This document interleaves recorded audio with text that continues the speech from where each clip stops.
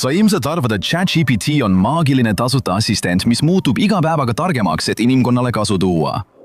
See ei ole nii. Tegelikult läheb asi hoopis hullemaks. OpenAI põletab miljardeid dollareid ja nende geniaalne ellujäämisplaan seisneb tasuta kasutajate võimaluste vähendamises, pärismudeli peitmisel, $200 tasumüüri taha ning sinu vestluste muutmises reklaamipinnaks. Nii et kui viimasel ajal on midagi imelikku tundunud, siis ilmselt ei kujuta sa seda ette. Nad loodavad, et enamik inimesi ei märka muutust ja just see ongi nende eesmärk. Aga see tasuta tehisintellekti assistent on juba surnud. Esimene peatükk, $5 miljardi katastroof. OpenAI'l on probleemid. Dokumendid näitavad, et ettevõte jäi sel aastal peaaegu kõigist oma sisemistest eesmärkidest ilma. Tulueesmärgid jäid saavutamata. Iganädalased aktiivsete kasutajate eesmärgid jäid saavutamata. Isegi börsile mineku ajakava, mida varem esitleti kui võidukat finišit, näib nüüd pigem olevat kõrge pingega sprint ilma selge lõpujooneta. Wall Street Journali 2026 aasta aprilli raporti kohaselt maalivad numbrid palju vähem ilustatud pildi, kui avalik narratiiv vihjab. $5 miljardi suurune kahjum võrreldes 2024 aasta $3,7 miljardi suuruse tuluga. Matemaatika ei valeta. Nad teenisid $3,7 miljardit. Ja nad kaotasid $5 miljardit. Iga teenitud dollari kohta kulutab ettevõtte $2.35. Wall Street Journal märgib samuti, et finantsjuht Sarah Frier on tõstatanud tõsiseid muresid järgmise mitme miljardi dollari suuruse andmekeskuse investeeringute rahastamise osas. Eriti kui kasv isegi veidi kõikuma lööb. AGA OpenAI sõnul on see kõik osa AGI suunas skaleerumisest. Ja hoolimata ohumärkidest on Wall Street siiski suuresti selle taga. $5 miljardit kahjumit tähendab umbes $13,7 miljonit päevas. Iga päev. Jagatuna terve aasta peale, see on umbes $9500 iga minuti kohta. Pilguta silma ja umbes $160 on läinud. Juhid ei loobu vabatahtlikult oma aktsiaoptsioonidest. Riskikapitalistid, kes on juba kümneid miljardeid sisse pannud, ei ole eriti innukad uut rahastamisvooru tegema. Microsoft on isegi hakanud tulemuskõnedes teravaid küsimusi esitama, mis jätab üha haavatavama grupi – teie. Teine peatükk – tasuta paketi lobotomiseerimine. ChatGPT ei olnud kunagi tasuta. Seda toetas tugevalt ja teadlikult üks tehnoloogiamaailma suurimaid rahastamismasinaid. Selle toetajate nimekiri on nagu hilise faasi riskikapitali tipptegijate nimistu. Microsoft, SoftBank, Thrive Capital, lisaks Saudi Araabia riiklikud fondid. Kokku ületab investeering väidetavalt $60 miljardit ja praeguste kulutustasemete juures ei kesta see aastakümneid, vaid aastaid. Lõpuks peab keegi otsustama, kui palju paagi täitmine tegelikult maksab. Paanika on tõeline. Börsile mineku kell tiksub ja ellujäämisplaan, mille nad on välja mõelnud, on meeleheitlik. Plaani eesmärk oli jätta mulje, et ChatGPT on endiselt sama, samal ajal vaikselt selle mootorit vahetades. Sisuliselt muutus see rumalamaks. On olemas mehhanism, mida kasutajad tegelikult ei näe, nimega koormuspõhine varulahendus. Tipptundidel või pärast nähtamatute päevakvootide täitumist suunatakse kasutajad vaikselt tippmudelilt odavamatele minivariantidele. See üleminek on nähtamatu, kvaliteedilangus aga mitte. Umbes pärast 10 sõnumit iga 5 tunni jooksul tugeval mudelil taandub sinu vestlus poole lause pealt üldiseks automaattäitmise režiimiks. Kasutajate telemeetria, sisemised strateegiamärkmed ja terve rida Redditi teemasid kinnitavad kõik üht ja sama. Päringute suunamine väiksematele mudelitele on teadlik kulude kontrollimise hoob. Sinu tehisintellektist assistent on teadlikult vahetatud soodsama versiooni vastu, samal ajal kui sa vaatad tuttavat kaubamärki ja arvad, et midagi pole muutunud. Säästud on tohutud. Päringute suunamine väiksematele mudelitele võib maksta murdosa sendist võrreldes tippmudeli mitme sendiga. Kui korrutada see 800 miljoni iganädalase aktiivse kasutajaga, hakkab matemaatika loogilisena tunduma. Sinu jaoks tähendab see, et pead pöörama täielikku tähelepanu vestluspartnerile, kes äkitselt unustab su viimased 3 sõnumit ja hakkab vastama nagu õnneküpsise aforismidega. Tulemuslikkuse erinevused pole sugugi peened. Sõltumatud testid näitavad, et varumudelid jäävad hätta ülesannetega, millega tippmudel saab hakkama ühe sammuga. Mitmeastmeline arutlus laguneb. Koodi genereerimisel tekivad peened, raskesti märgatavad vead. Pika konteksti kokkuvõtetes jäetakse olulised detailid välja. Ühel päeval lahendab sinu assistent tuletisülesande, aga järgmisel päeval, kui pärast lõunat on rohkem kasutajaid, ei suuda isegi haikusilpide arvu kokku lugeda. See ei tundu juhuslik, see näib olevat tahtlikult nii tehtud. Tasuta pakett, mis tundus kui ime, oli tegelikult kahjumlik peibutus, mida toetasid turundusraha ja pikaajalised panused, mis polnud kunagi mõeldud igavesti kestma. Järgmine muutus on juba hinna sisse arvestatud ja see pole sugugi peen. 3. peatükk, eliidi maksumüür. Sisemised hinnamemod kinnitavad OpenAI $20 kuutasu pluss taseme eest, mis oli kunagi tehisintellekti kroonijuveel, kuid on nüüd vaikselt taandatud tähelepanuta jäetud keskmiseks lapseks. Pluss tellijad saavad endiselt midagi kasutatavat, kuid tipptasemel tehisintellekt on juba sametkõie taga. Tutvu ChatGPT Proga. Pro $200 kuus. Sellel on piiramatu ligipääs O1-ile ja O1 Pro modele, kõrgemad päringupiirangud kui plussil ning eelisligipääs arvutusvõimsusele, kui serverid on ülekoormatud. Raskematel arvutusülesannetel on ka väiksem veamäär võrreldes tavatasemega. Järeldus on lihtne. Nutikam mudel on nüüd maksumüüri taga. Mida kauem sa sellele matemaatikale otsa vaatad, seda ebamugavamaks see muutub. $200 kuus tähendab $2400 aastas ühe kasutaja kohta. Kui 4-liikmeline pere soovib ligipääsu samale nutikale tasemele, on see $9600 aastas. See on rohkem, kui paljud leibkonnad kulutavad mitme kuu jooksul toidule. Teatatud $200 taseme kasutuselevõtt jääb kogu kasutajaskonnast madalatesse ühekohalistesse protsentidesse, umbes 5 miljonit tellijat üle maailma. See on umbes 0,06%. Samal ajal kasvab pluss kasutajate rahulolematus. Strateegiat on järjest raskem mitte märgata ja see hakkab peagi ulatuma kohtadesse, mida sa tõenäoliselt poleks osanud oodata. 4. peatükk, sinu vestlused, mida toetab Carl's Jr. Järgmine versioon ChatGPT-st pole lihtsalt targem ega kallim, see on rahaks tehtud uuel viisil. Reklaamid jõuavad sinu tehisintellekti assistendini. Ja see pole kuulujutt ega spekulatsioon, see on OpenAI enda teadanne. Reklaam on nüüd ametlik tootesari, alustades tasuta paketist ning uus $8 ChatGPT Go pakett jõuab Ameerika Ühendriikides beta-versioonina kasutajateni. Reklaamijatel tuleb väidetavalt ainuüksi ligipääsemiseks teha vähemalt $200,000 suurune miinimumkohustus. Algne hinnatase oli kõrge, umbes $60 1000 vaatamise kohta, enne kui seda alandati, et tegelikult ostjaid ligi meelitada. Reklaamid ilmuvad vastuste allosas ja on praegu selgelt märgistatud. Sest sama ettevõte ütles kunagi taskuhäälingu kuulajatele, et reklaamid ChatGPT-s oleksid viimane abinõu. Aga ilmselt on see viimane abinõu juba varakult kohale jõudnud. Sellel viimasel abinõul on nüüd ka käivituskava. Siin on mehaanika lihtne ja läbimõeldud. Tasuta kasutajad näevad reklaame. $8 paketi kasutajad näevad vähem või teistsuguse vorminguga reklaame. $20 paketi kasutajad on praegu reklaamidest päästetud ja $200 paketi kasutajad ei näe üldse reklaame. Sama toode, erinevad reeglid. Mida rohkem maksad, seda puhtam ja võimekam see on. Asi pole ainult reklaamides, vaid sihtimises. Kui kirjutad pulm, ujutatakse sind järgmise 6 kuu jooksul üle kohtade, sõrmuste ja mesinädalate pakkumistega, sest erinevad sotsiaalmeediast räägivad inimesed sellele asjale kõigest.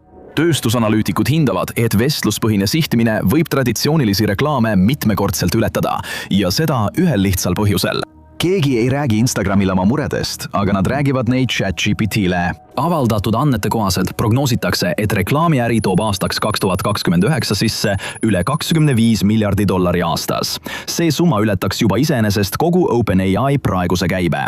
Nii on ligipääs sinu meditsiinilistele, küsimustele, suhete kahtlustele, maksusegadusele ja öistele kell 3 tehtud otsingutele. See on turundaja unistus, mis on pakitud sõbraliku vestlusaknasse. Põhjus, miks see kõik tegelikult toimub, taandub ühele rivaalile, kes vaikselt neelab ainsa turusegmendi, mis tegelikult raha toodab. 5. peatükk, Anthropicu paanika. Tööstusaruanded näitavad midagi, mida enamik inimesi pealkirjadest ei näe. Rivaalifirma Anthropic teenib nüüd umbes sama palju aastas tulu kui OpenAI. Mõned hinnangud asetavad selle isegi ettepoole.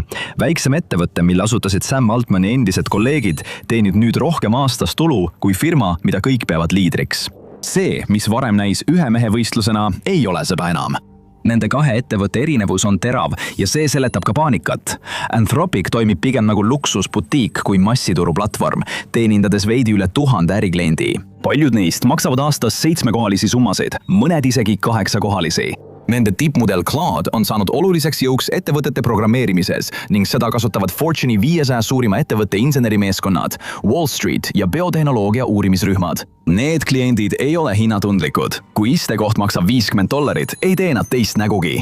Seda seetõttu, et tootlikkuse kasv tasub end sageli ära juba esimese päeva lõunaks. Samal ajal tegeleb OpenAI sadade miljonite tasuta taseme kasutajate haldamisega. Anthropic teenib ühest keskmise suurusega ettevõtte lepingust rohkem kui OpenAI teenib miljonil ChatGPT juhukasutajalt kokku. Anthropicu nišiturg loob hoopis teistsuguse äri. Hinnad on kõrgemad, lepingud pikemad ja klientide lahkumismäär madalam. Kasutusmustrid on piisavalt stabiilsed, et neid saab tegelikult prognoosida. Finantsmeeskonnad saavad seda mudeldada. Võrrelge seda OpenAI tarbija mastaabiga. Seal on pidev ettearvamatu nõudluse laine sadadelt miljonitelt kasutajatelt. Süsteem, kus väike hinnamuutus võib üleöö põhjustada massilisi tühistamisi. Need on kaks väga erinevat masinat. Üks on optimeeritud etteaimatavuse jaoks. Teine on loodud mastaabi ja volatiilsuse jaoks. Ja selles turus pole asi brändimises. Asi on selles, mida kasutatakse. Sellepärast hakkabki tarbijatoode tunduma tahtlikult tükeldatud. Tasuta taset piiratakse, et vähendada arvutuskulusid. Keskmine tase lakkab olemast fookuses ja muutub hoopis kanaliks kõrgematele plaanidele. Kaheza Jane Protease on suunatud kasutajatele, kes kohtlevad seda kui ärilist infrastruktuuri, mitte kui tellimust. Ja reklaamid on mõeldud kõigile neile, kes sellele tasemele kunagi ei maksa. Ja iga otsus viib selleni, et Anthropicule järele jõuda. Loodetavasti enne, kui investorid hakkavad ebamugavaid küsimusi esitama selle loo kohta. Sest kui seda vahet ei suudeta sulgeda, ei muutu ka numbrid. Ja see surve hakkab juba välja paistma. 6. peatükk. Ohutustiim lahkub. Ohutustiimi võtmetähtsusega liikmed, inimesed, kelle ülesandeks oli takistada süsteemi ettearvamatult või ohtlikult käitumast, on lahkunud. Mitte vaikselt ega aeglaselt. Sellise kiirusega, mis peaks muret tekitama kõigile, kes suhtuvad sellesse kui stabiilsesse pikaajalisse panusesse. Jan Leike lahkumispostitus on lühike ja väga avalik. Tema täpne sõnastus kõlab nagu hoiatus. Turvalisuskultuur ja protsessid on jäänud läikivate toodete varju. Leike oli joondamismeeskonna kaasjuht, mees, kelle kogu töö seisnes selles, et takistada tema loodud tehnoloogial põhjustamast katastroofilist kahju. Ja ta ütles kõigile, et need, kes talle palka maksavad, ei hooli enam sellest, et inimkond viga ei saaks. Kuid Ilja Sutskeveri lahkumine oli hoiatuslask. Sutskever oli OpenAI peateadlane ja üks selle algsetest asutajatest. Ta lahkus, asutas oma ettevõtte, mis keskendus täielikult Safe Superintelligence'ile ja võttis endaga kaasa osa tehnilisest tuumikust. Nagu ka tema lahkumine, mis järgnes varsti pärast seda, kinnitas, et hoiatuslask ei muutnud midagi. Super Alignment Team, mis loodi selleks, et tagada tulevaste võimsamate tehisintellektisüsteemide kontrolli all hoidmine, on sisuliselt laiali saadetud. Algselt lubati sellele märkimisväärne osa ettevõttesisestest arvutusressurssidest, umbes 20%, et keskenduda ohutusuuringutele. See ei kestnud kaua, liikmed on sellest ajast lahkunud. Väidetavalt on arvutusvõimsus suunatud tootearendusele ja see, mida esitleti kui põhieesmärki, näib nüüd väljastpoolt vaadates olevat kõrvale jäetud. Selles lahkumiste laines on järjekindel muster. Insenerid, kes liitusid, et luua turvalist ja joondatud tehisüldintellekti, kirjeldavad nüüd hoopis teistsugust tegelikkust. Ettevõte, mille tootega seotud otsuseid juhivad ärimeeskonnad, kus ohutuskontrollid kiirendatakse selleks, et jõuda turule toomise tähtaegadeks ja kus sisemised mured vilepuhujate kaitse pärast tulid väidetavalt esile samal ümberkorralduste perioodil, mis valmistas OpenAI'd ette võimalikuks börsile minekuks. Turvapiirded on kadunud. Lubadused läbipaistvuse ja ettevaatlikkuse kohta muutuvad järjest raskemini ühelegi konkreetsele rühmale omistatavaks. See, millega varem tegeles eraldi järelevalve, on nüüd surve all oleva protsessi hooleks jäetud. Endiste töötajate hinnangul on viimase 18 kuu jooksul nende inimeste arv, kes keskenduvad joondamistööle, järsult vähenenud. Ja selle ettevõtte avalikkusele suunatud pool liigub endiselt kiiresti. Aga mõned kõige muljetavaldavamad demod, need, mis jõudsid pealkirjadesse, on nüüd palju rangemalt kontrollitud, edasi lükatud või vaikselt kõrvale jäetud äriliste prioriteetide kasuks. Ja miski ei jäänud puutumata. 7. peatükk. Sora peibutusskeem. Sora läks 2024 aastal viraalseks oma ülireaalsete klippidega, kus näiteks villased mammutid kõndisid läbi lume ja olid kõhedust tekitavalt realistlikud linnastseenid. Kuid isegi sellel oli oma eluiga. 2026 aasta aprillis polnud see enam eraldiseisva tarbijatootena saadaval. See, mis kunagi näis avalikkusele tulevikupilguna, on nüüd avalikkuse käest ära võetud. Sisemistes teadetes viidatakse liigsetele arvutusressursside kuludele ning strateegilisele pöördele ettevõtetele suunatud tööriistade, agentide ja robootika poole. Lõppkokkuvõttes taandub kõik majandusele. Väidetavalt maksis ühe Sora video genereerimine arvutusressursside mõttes üle 1000 korra rohkem kui tavaline tekstipäring. Kui seda korrutada miljonite uudissimulike kasutajatega, muutub see probleemiks. Hollywoodi stuudiod, reklaamiagentuurid ja ettevõtete meediapartnerid saavad seda siiski hinnaga, mis teeb selle majanduslikult tasuvaks. aga kui sa olid lihtsalt keegi, kes nägi demot ja mõtles, et võiks oma õetütrele sünnipäeva video teha, siis sul seda võimalust ei ole. Tööstusaruanded viitavad sellele, et stuudiote litsentsilepingud jäävad partnerist olenevalt 5 kuni 20 miljoni dollari suurusesse aastasesse vahemikku. Tarbijatele suunatud versioon, mis kunagi kogu selle elevuse tekitas, eksisteerib nüüd peamiselt klippide, demode ja mälestustena ja see pole ainult sora. Häälefunktsioonid, mis varem tundusid piiramatud, on nüüd piiratud. Kohandatud GPT-del on karmimad piirangud. Ja keerukam arutlusvõime, mida näidati vabalt suurte ootuste ajal, on üha enam reserveeritud kallimatele tasemetele. Aja jooksul on seda mustrit raske mitte märgata. Monetiseerimine ei ole enam kõrvalnähtus, vaid kogu struktuuri alus. Kõik viib ühe kindlaks määratud tulemuseni ja sellel tulemusele on juba ajakava paigas. 8. peatükk. IPO väljapigistamise masin. Avalikustatud dokumendid näitavad, et OpenAI restruktureerib oma juhtimisstruktuuri, valmistudes võimalikuks avalikuks aktsiaemissiooniks, mida finantsajakirjandus on nimetanud enneolematuks. Algen struktuur, mis loodi investorite kasumi piiramiseks ja missiooni kaitsmiseks, lammutatakse. Mittetulundusühingu nõukogu, millel oli varem ettevõtte üle tegelik kontroll, surutakse nüüd rohkem nõuandvasse rolli. Paberil pole missioon muutunud. Jutt käib endiselt inimkonna jaoks ohutust tehisüldintellektist, kuid tegelikkuses ehitatakse süsteem, mis seda missiooni toetab, täiesti uuesti üles. Iga lekkinud memos korduvalt mainitud $1 triljoni suurune väärtuseesmärk on ainus number, mis tegelikult loeb. Andmed ei kao lihtsalt ära. Iga käsklus, mille oled sisestanud, iga vestlus, mida oled alates 2022 aastast pidanud, see kõik toidab süsteemi. Ja kui sellest saab börsinarratiiv, siis tõljendatakse kogu see tegevus ümber. Börsile mineku dokumendis kajastub see kui kaasatus või hoog. Kui see keel kõrvale jätta, hakkab see tunduma tuttav. See on seesama hilise faasi muutus, mida näed kõikidel tehnoloogiaplatvormidel.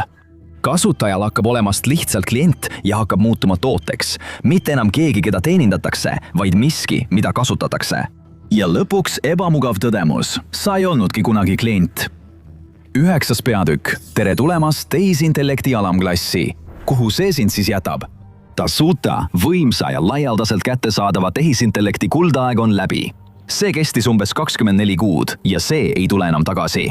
Sinu igapäevane digitaalne töövoog muutub peagi kallimaks ja piiratumaks. See, mis varem tundus nagu tasuta ligipääs tehisintellekti võimekusele, muutub nüüd astmeliseks süsteemiks, kus paremad võimalused on kõrgemate hindade taga. Ja hind kõige eest, mis tegelikult töötab, aina tõuseb. See on muster, mida iga tehnoloogialaine on vihjanud, kuid pole kunagi nähtavaks teinud. Enamik inimesi saab baasversiooni ja baasversioon ei muutu esimesena paremaks. See muutub odavamaks, lihtsamaks ja piiratumaks. Ligipääs pole enam võrdne, kõik muutub jaotatuks. Inimesed saavad eri tasemeid sõltuvalt sellest, kui palju nad maksta suudavad. Tehnoloogiaversioon, mis pidi ligipääsu laiendama, jaguneb vaikselt tasemeteks. Mõned inimesed saavad täieliku võimekuse. Enamik inimesi saab piisavalt, et süsteemi sees püsida ja aja jooksul muutub isegi see. Lubadus oli tööriist, mis tõstab kõiki. Nüüd on inimintellekti tulevik saadaval ainult tellijatele ja see muutub meie jaoks liiga kalliks. Kuid ettevõtetes, mis seda tulevikku loovad, toimub midagi muud. Inimesed, kes on süsteemile kõige lähemal, hakkavad lahkuma ja see tekitab Räniorus tõsiseid vapustusi. Uuri välja, miks tehisintellekti teadlased lahkuvad ja lahkudes paanikasse satuvad. Või vaata selle asemel seda videot.